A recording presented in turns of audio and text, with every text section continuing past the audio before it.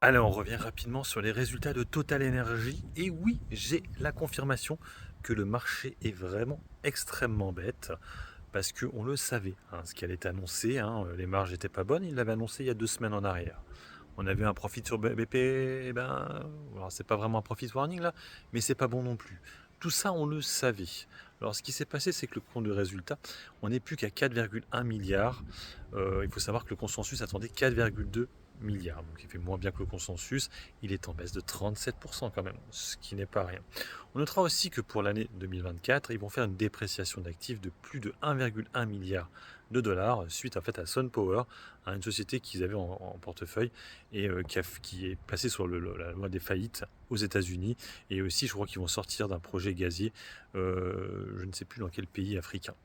Voilà, donc c'est pas bête, hein, de faire ça, étant donné que vous savez que cette année, il y a la fameuse loi Barnier, qui va faire, c'est pas la loi Barnier, le budget, hein, qui va faire que les sociétés vont être plus impactées. Donc automatiquement, le compte de résultat de Téléperformance, j'allais dire, non, Total Energy, sera beaucoup moins bon cette année que l'année d'avant. Donc bon, voilà. Ce qui n'empêche que l'augmentation du dividende sera toujours là de 5%. C'est prévu. Les programmes de rachat d'actions qu'ils avaient annoncés sont toujours là. Prochain dividende, ce sera versé, il sera retiré, pardon, début d'année prochaine, 79 centimes. Et normalement, il devrait le rehausser. Je crois que ça va être annoncé certainement au résultat annuel. À ce moment-là, qu'ils vont certainement annoncer l'augmentation du dividende pour, je crois que c'est à partir de juin. Hein, vous le savez, c'est tous les trimestres chez Total Energy.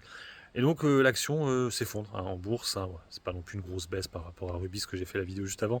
On est sur du -3, hein, -3, quasiment -4 sur Total Energy. Entre nous, ne vous pressez pas. Parce que le T4 va pas être extraordinaire non plus. On voit que le Brent est toujours aussi bas.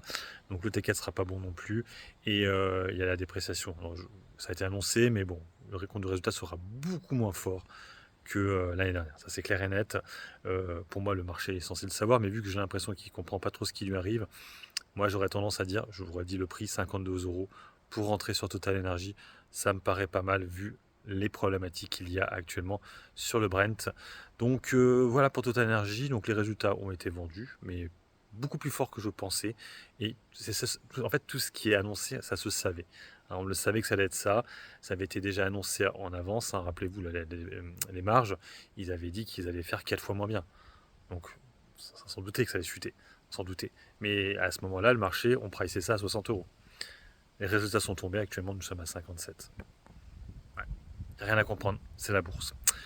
Voilà, donc, mettez en commentaire, hein, ce que vous en pensez, est-ce que vous achetez ou pas. Moi, il faut savoir que pour l'instant, je ne prends pas, je l'ai sur un ETF. Par contre, si on va vers les 50 euros, j'en prendrai peut-être pour rentrer sur la valeur.